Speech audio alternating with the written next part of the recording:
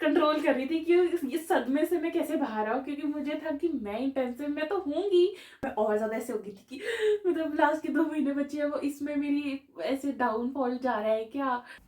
So hello guys, welcome back to my channel and I am Tanvi, currently a first year MBBS student at Dr. RPGMC Tanda. So this is a type of a story time vlog which I wanted to share with you. मतलब मैंने सोचा why not.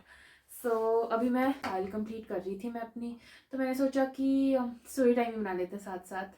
तो अभी तक मैं अपने जो भी मैंने फाइल बनाई है ना, मैंने जहाँ पे मेरी लाइन खिंच गई है मैंने उसी को मोड़ मरोड़ के बनाई है, क्योंकि इरेज़र मेरे पास था नहीं।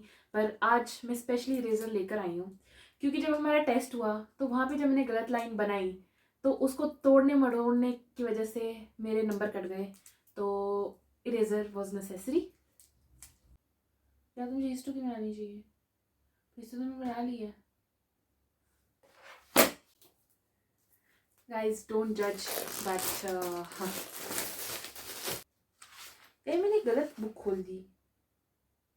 नहीं नहीं ठीक है, एब्डोमेन तो भी चल रहा है, एब्डोमेन में ही तो है। सो लास्ट ईयर जब मैं कोचिंग ले रही थी आकाश से, तो शुरू शुरू में जब मैं गई तो ऑब्वियसली बंदा बड़ा मोटिवेटेड होता है, बड़े अच्छे नंबर आ रहे थे मेरे।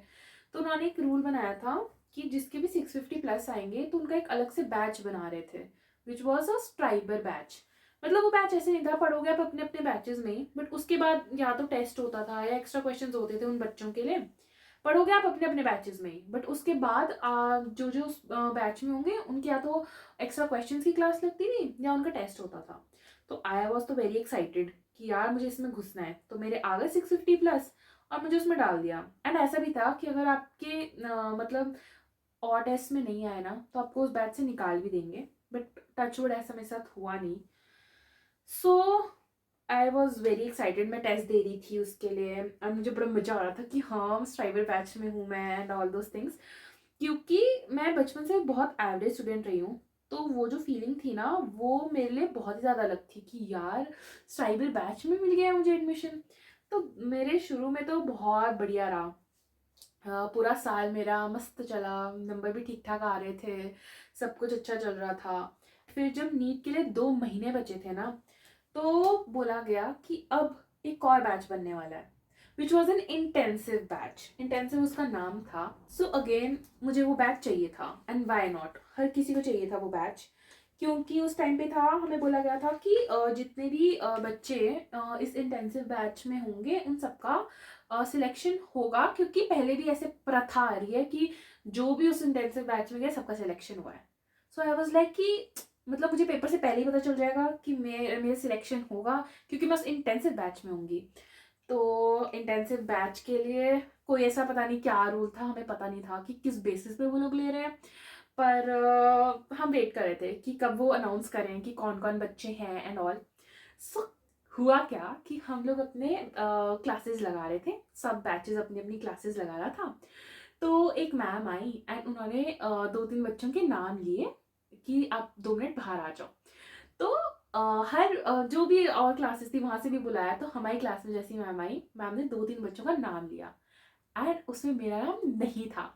और मैम ने उनको बाहर बुलाया एंड मुझे लग गया कि यहाँ पे ये इंटेंसिव की ही बात हो रही है, क्योंकि और कोई रीज़न था नहीं कि उन बच्चों को बाहर बुलाते।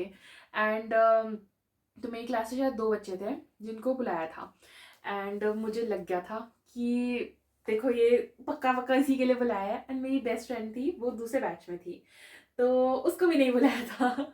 एंड हम लोग जब हमारा क्लासेस वगैरह ख़त्म हुई तो हम लोग वापस गए, तो हम लोग वहीं पे पढ़ते थे। लाइक अगर हमारी 2 बजे क्लासेस ख़त्म हो जाती थी तो हम 7:30 तक वहीं रहते थे पढ़ने के लिए, सेल्फ स्टडी के लिए। तो मैं जब गई तो वो मेरी फ्रेंड भी वहीं आ गई एंड हम लोगों को, उसको भी यही लग रहा था, मुझे भी यही लग रहा था, एंड हम दोनों को ऐसे इतना बुरा सा लग रहा था। पर हमें अभी कंफर्म नहीं था कि ऐसा सच में है कि नहीं है, कि हमारा डेल्यूजन चल रहा है। बट 99% हमें था कि यही होगा। तो उसके बाद क्या हुआ कि जो मेरी दूसरी फ्रेंड थी जो इंटेंसिव बैच में सिलेक्ट हो गई थी, तो वो आई एंड हमने उससे पूछा कि क्या बोला वो सर ने। तो उसने बोला कि हाँ यार वो इंटेंसिव का ही था, बट हमें सर ने मना किया था कि किसी को नहीं बताना ये बात। एंड जैसे उसने ये बात बोली तो जो मेरी फ्रेंड थी दूसरी वाली, उसके तो आंसू निकलने लग गए थे। दूर बैठ गई, मैं दूर बैठ गई, क्योंकि हम दोनों को था कि हम दोनों एक दूसरे को देख के रोने लग जाएंगे। तो वो वहां पे बैठ के रो रही थी और मैं आगे बैठ के मैं अपने आप को कंट्रोल कर रही थी कि इस सदमे से मैं कैसे बाहर आऊँ, क्योंकि मुझे था कि मैं इंटेंसिव में तो होंगी, मैं क्यों नहीं होंगी इंटेंसिव में। मुझे लगा था कि जो भी बच्चे स्टाइपेंड में होंगे उन सबको इंटेंसिव बैच मिल जाएगा, बट ऐसा नहीं हुआ।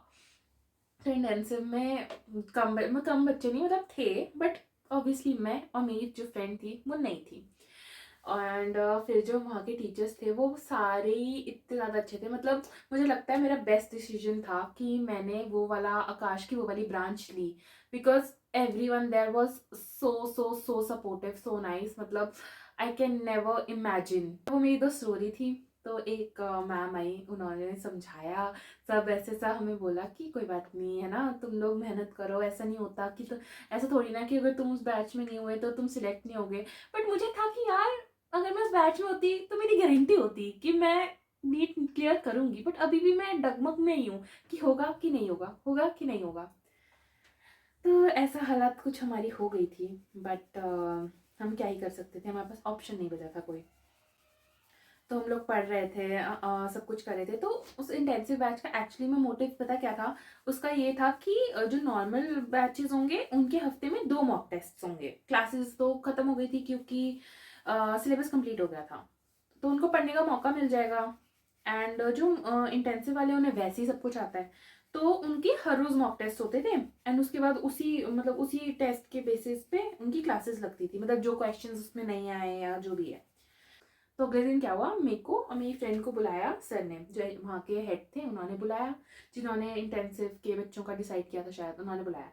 तो उन्होंने बोला कि तुम्हारे कई टेस्ट में डामाडोल चल रही थी सिचुएशन, तो इसीलिए तुमको इंटेंसिव में नहीं मिला, and it's good for you कि तुम उस क्या नॉर्मल बैचेस में रहो। तो उन्होंने बोला कि ऐसा करो कि तुम जो नॉर्मल बैचेस वाले टेस्ट हैं वो तो दो ही, और तुम इंटेंसिव के भी दे दो, मतलब हम नॉर्मल बैचेस वाले टेस्ट भी देंगे एंड इंटेंसिव के भी देंगे। तो हम तो हो गए खुश कि चलो ठीक है, क्योंकि हमें इसी से प्रॉब्लम थी कि उनको वो क्वेश्चन ज़्यादा मिलेंगे एंड हमें नहीं मिलेंगे। और मेरी फ्रेंड को सिर्फ यही प्रॉब्लम थी कि उनकी ज़्यादा प्रैक्टिस होगी या उनको ज़्यादा क्वेश्चंस मिलेंगे। तो हमने बोला तो हम तो हो गए ठीक है कि हम दोनों देंगे, हाँ। एंड हम लोग लिटरली कई बार मतलब वैसे तो कई बार होता था कि कोलाइड नहीं करता था, बट बहुत बार ऐसा होता था कि सेम डे पे हम दो दो क्वेश्चन पेपर भी दे रहे हैं। 3 घंटे के पहले लंबा देते थे, फिर उसका 2 घंटे का जो क्वेश्चन पेपर डिस्कशन होता था वो लगाते थे, फिर 3 घंटे का ये वाला टेस्ट देते थे, फिर 2 घंटे का डिस्कशन इसका, एंड उसके बाद हम सेल्फ स्टडी के लिए बैठते थे।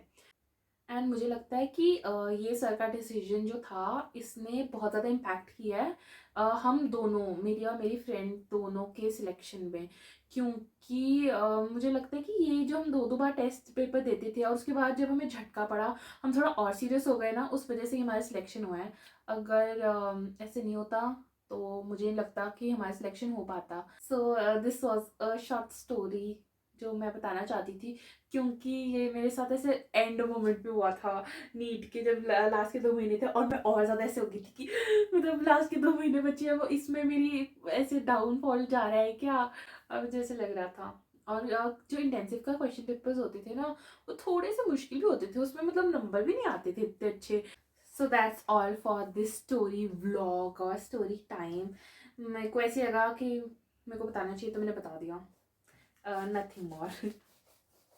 So that's all for today, and if you like this video please hit the thumbs up and subscribe to my channel.